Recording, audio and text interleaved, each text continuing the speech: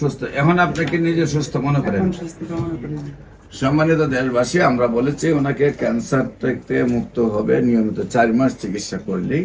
আসসালামু আলাইকুম ওয়া রাহমাতুল্লাহি ওয়া বারাকাতুহু। সম্মানিত দেশবাসী, বিশেষ করে আপনারা জানেন যে সারা ওয়ার্ল্ডে এখন ক্যান্সার, কিডনি, থ্যালাসেমিয়া, এইডস রোগ, এই 4টিকে মরণ ব্যাধি বলা হয় এবং রোগীদের চিকিৎসায় প্রতি মাসে কয়েক লক্ষ টাকা খরচ হয়ে যায়।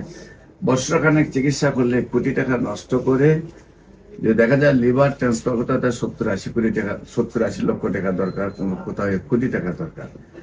আর দেখা যাচ্ছে যে ক্যান্সারের চিকিৎসা করলে প্রতি মাসে 3 থেকে 4 লাখ টাকা দরকার, তাও বছর শেষে 50 লাখ টাকা দরকার।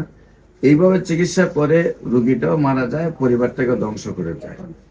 আমরা এমনই একজন ক্যান্সার রোগী যিনি সেই মরণ ব্যাধি থেকে বিজয় লাভ করছেন। আমরা তার হিস্টোরিটা শুনবো, উনি কিভাবে কোথায় চিকিৎসা করেছেন। আপনার নাম? মোহাম্মদ মমিন হোসেন। আপনি তো আমার এখানে আসছিলেন যে একদম অবস্থা খুব শোচনীয় ছিল নাকি? হ্যাঁ, আচ্ছা, আপনার পিতার নাম কি? আব্দুল মজিদ। আপনার মায়ের নাম? আমেনা বেগম। আপনাদের গ্রাম? গ্রামটা একদম অরিজিনাল গ্রাম? শেরপুর। Post office? শেরপুর। থানা? শেরপুর। জেলা? শেরপুর, মানে সদর থানা আপনারা? মানে শেরপুরের সদরে, সদরের মধ্যে মহল্লা আছে না? ওই মহল্লা গ্রামের নাম? থাকি ঢাকায়। আচ্ছা, আপনাদের এখানে শেরপুরে বাড়ির নাম কি? এলাকার যে গ্রাম? বেকিপার। আপনার ঢাকা থাকেন কোথায়? ঢাকা থাকি দামরাই থানা। দামরাই থানাতে থাকেন। গ্রামের নাম কি? কুমড়ারি। কুমড়ারি। Post office? থানা? থানা লাগেই থাকে। জেলা? উপজেলা, পৌরসভা, সব থানা। জেলায় ধামরাই। আপনার কি প্রবলেম হয়েছিল, কোথায় কোথায় চিকিৎসা করছেন এবং কিভাবে সুস্থ হয়েছেন একটু বলেন। আমার প্রথমত পাইলসের সমস্যা ছিল।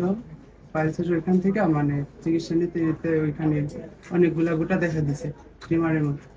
এখান থেকে আমি গণস্বাস্থ্যের চিকিৎসা নিয়েছি। আমি তো যখন করছি এটা একদম জরা বান্ধা পুরা। পরবর্তীতে অপারেশনের পরে আপনি এখানে আসছেন। প্রথম কোথায় চিকিৎসা? প্রথম চিকিৎসা করছিলাম আমাদের এই সাভারে এখানে একটা এই হসপিটাল আছে।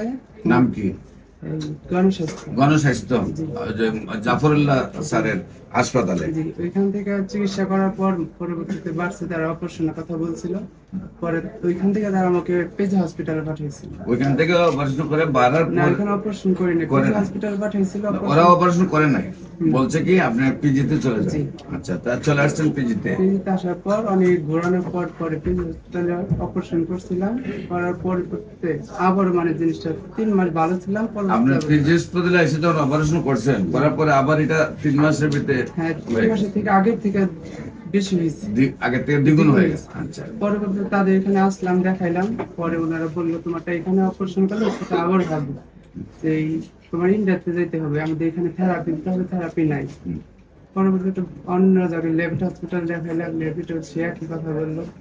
তারপর আপনার সাভার লেভিটও বলছে ইন্ডিয়াতে যেতে হবে, পিজি হাসপাতালেও বলছে ইন্ডিয়া যেতে হবে।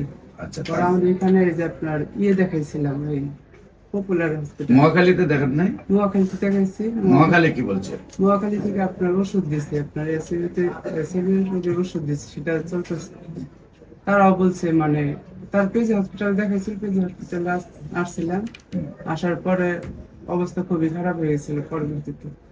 পরবর্তীতে ঘরে পড়েছিলাম, কথা বন্ধ হয়েছিল একদম, কথা ব্লাড ভাঙছে, প্রচুর ব্লাড ভাঙার পর একদম মানে ঘরে পড়েছিলাম। পরবর্তীতে ফেসবুক চালানোর পর ওই বাইরের আইডিটা পর ওনার সাথে কথা বললাম। উনি বললাম আমাদের এখানে আসো, স্যারের দেখান, স্যারের দেখায় কি বলে। পরে আসলাম, এখানে আসার পরে আপনি আমার এখানে যখন আসছেন তখন তো আপনি ব্লিডিং হচ্ছে, প্রচুর গন্ধ ছড়াচ্ছে, আর হলো বাথরুমের রাস্তায় একদম পুরাটা একটা জরা বান্ধে একটা টিউমার ছিল, একাধিক টিউমারের মাধ্যমে। এমনকি ডাক্তার সাহেব বলছেন যে শাড়িটা ধরেন না নাকি? আচ্ছা, এরপরে হলো গন্ধ ছিল প্রচুর। আপনার সাথে যে এইচবিএস আছে এটা আপনি জানেন? জানেন।